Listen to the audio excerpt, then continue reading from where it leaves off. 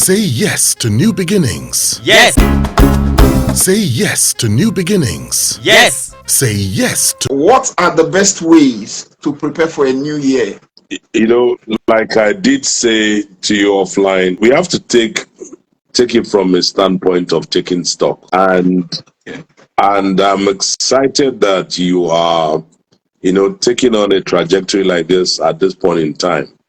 Typically, what you find is that people move into the year, and that's when they start talking about New Year resolutions. But the reality is that this is the time, November, at this point in time, this is where the cycle should actually hit the road. And it's really about taking stock. Now, when you look at taking stock, you want to ask yourself, where are you now? And in asking yourself that question, depending on where you sit, if I'm a career person, there are certain questions I'll ask myself. Before you start planning, at least you know that we always talk about, you have to look at where you're coming from, where you are, in order to surge forward.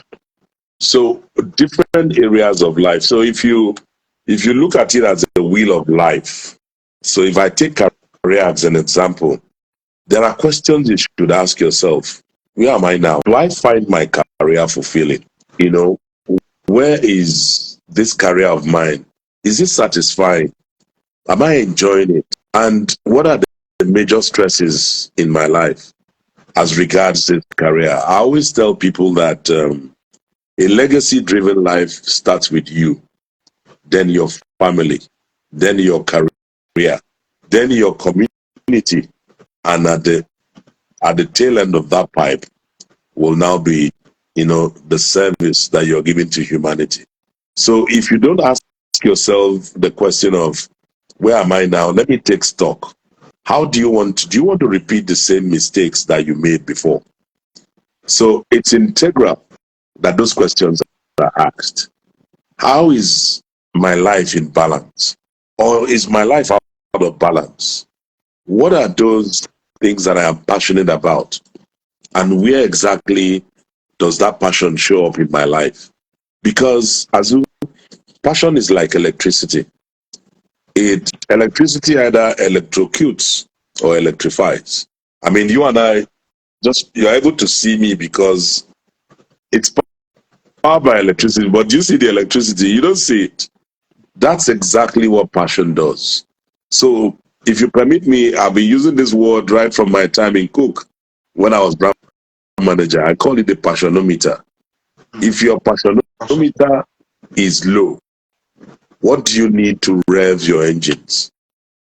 So all of these questions, and if you're a businessman, it's the same thing. Just substitute career and put in, is my business or my line of business fulfilling?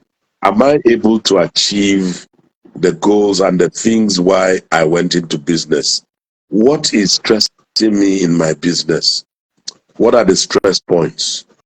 Is my life in a balance because I'm doing this business, or is out of balance? And when you are thinking about it, you're thinking about yourself first. Then you think about your family. Because really and truly, they are the harbingers of everything that you find. So that will be the starting point. Where am I now?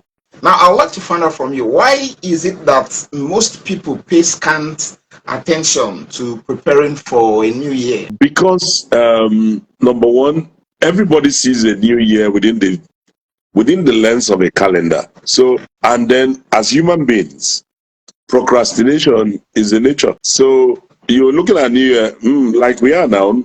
November is gone. By the grace of God, we'll step into December, and then everybody is waiting for 31st to say happy new year. And so the tendency is that I'll be able to say to you, I could have easily said, let's meet in the new year, because I'm very busy. I want us to do it in the new year. A lot of people right now are pushing a lot of things to the new year, not realizing that the new year actually starts now. Because if you see it as a continuum, and not as a calendar item, whatever you do in December, you continue in January and it goes on. Yes, the calendar may change, but your activity does not change. Your plan does not change. So it's good that your financial planning may be, budget may talk about this, audit, they tell you it's a January, December year, fine. But as the individual that is running that race, we typically tend to follow what you and I know, procrastination. That's why they don't prepare for it. Okay. And they think the future. All right. Now, a large number of people usually come up with New Year resolutions, which they hardly see through. Why do you think this is so? Because the resolutions are a function of what the stock that they have taken. They look at the year and now say, I want to stop smoking from next year. I'll stop smoking, and they are smoking now. For example, from next year I'm going to stop drinking, but they are drinking now. Excuse me. When they get into the new year, purpose in my heart that I will not do this thing again. But they forget that behaviors are formed through habits, and because they are formed through habits, the only way you can drive transformational thinking is that you need to destroy the mental model. The old mental model needs to go. Then you need to form new habits for there to be transformation. As long as that old is still there, nothing changes. So you will say, I do not want to do these things. Even Apostle Paul said, the things I said I would not want to do, I find myself doing it over and again. But it's because there's no transformation. The minute there's a transformation, you'll find that you're not going to.